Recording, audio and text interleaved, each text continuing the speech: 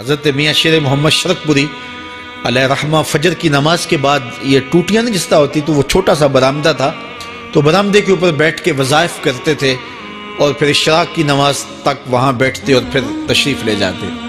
گرمی کی شدت تھی تو حضرت فرائض کی ادائیگی کے بعد وہاں چلے گئے، تو نمازیوں نے آپس سے مشورہ کیا کہ یار حضرت کو عرض کریں کہ بارش کے لیے دعا کی جائے۔ تو حضرت جا کے وہاں اپنے وظائف میں لگ گئے، تو انہوں نے کہا چلو ہم مسجد کے سین میں کھڑے ہو جاتے ہیں، حضرت توجہ کریں گے تو عرض کریں گے۔ تو جتنے نمازی تھے وہ سارے صحن میں کھڑے ہو گئے اور برآمدے کے اوپر میاں صاحب وظائف میں لگے۔ جب آپ کی نظر پڑتی نا لوگوں کی جانب، تو جتنے بھی نمازی تھے سارے ہاتھوں سے اشارے کر کے کہتے یعنی دعا کرو، زبان سے نہ بولتے، ہاتھوں کو ایسے ہلاتے اور یہ کہتے کہ ادھر آسمان کی طرف اشارہ کر کے کہتے دعا کرو۔ میاں صاحب پھر وظائف میں لگ جاتے۔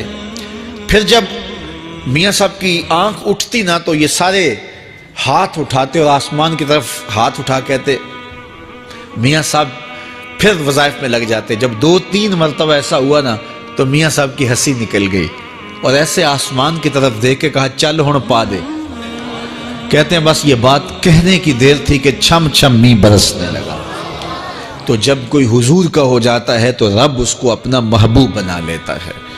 تو حضور کی محبت خدا کی محبوبیت کا ذریعہ ہے، اس لیے ہمیں حضور کا پیار اپنی روحوں میں موجزن کرنا ہے، حضور کی محبت اپنی روحوں میں اتارنی ہے، اور محبت اپنے تمام تر تقاضوں کے ساتھ جب روح پذیر ہوگی تو پھر ہمارا انداز زندگی بھی سنور جائے گا، ہماری آخرت بھی سنور جائے گی۔ محبت کے من جملہ تقاضوں میں سے سب سے بڑا تقاضا محبوب کی اطاعت ہے کہ بندہ جس سے پیار کرتا ہے اس کی بات مانتا ہے۔ یہ ہے دعوی محبت کا ثبوت، اس کی دلیل۔ اور حضور کے صحابہ کی زندگیاں دیکھیے کہ انہوں نے حضور علیہ السلام کے ساتھ کیسے پیار کیا، حضور کی محبت میں اپنی عادتوں کو بدل دیا۔ حالانکہ عادتیں نہیں بدلی جاتی، 2 سکے بھائی ہوں، رشتہ کتنا گوڑا ہے، اور ایک گھر میں پرورش پائی ہے، ایک گود میں پلے ہیں، ایک باپ کے گہوارہ تربیت میں رہے ہیں، لیکن طباع میں اختلاف یہ ایک فطری بات ہوتی ہے۔ ہمارے پاس لوگ آتے ہیں 2 سکے بھائی ہوتے ہیں، ایک کی طبیعت ادھر کو جا رہی ہوتی ہے، دوسرے کا مزاج ادھر کو جا رہا ہوتا ہے، ایک سخت نرم مزاج ہوتا ہے اور دوسرے کی آنکھوں سے انگارے پھوٹ رہے ہوتے ہیں، ایک معاف کر دینے والا ہوتا ہے، ایک سخت غصیلہ ہوتا ہے، ایک کی طبیعت کے اندر تلخی کی چنگاریاں ہوتی ہیں اور ایک کی طبیعت کے اندر نرمی کے پھول ہوتے ہیں، آپ نے بھی دیکھا ہوگا۔ تو یہ ایسا ہوتا ہے۔ اب اسی طرح کھانے پینے کی چیزوں میں طباع کا اختلاف یہ فطری بات ہے، ایک کو ایک چیز پسند ہوتی ہے، دوسرے کو وہ چیز پسند نہیں ہوتی ہے۔ بعض اوقات ماں کو مسئلہ ہوتا ہے کہ یہ چیز اگر میں تیار کرتی ہوں تو میرا دوسرا بیٹا نہیں کھاتا، تو اس کے لیے بعد سے الگ سے کوئی چیز تیار کرنی پڑتی ہے کہ اس کی ڈیمانڈ یہ ہے اور میرے اس بیٹے کی ڈیمانڈ یہ ہے۔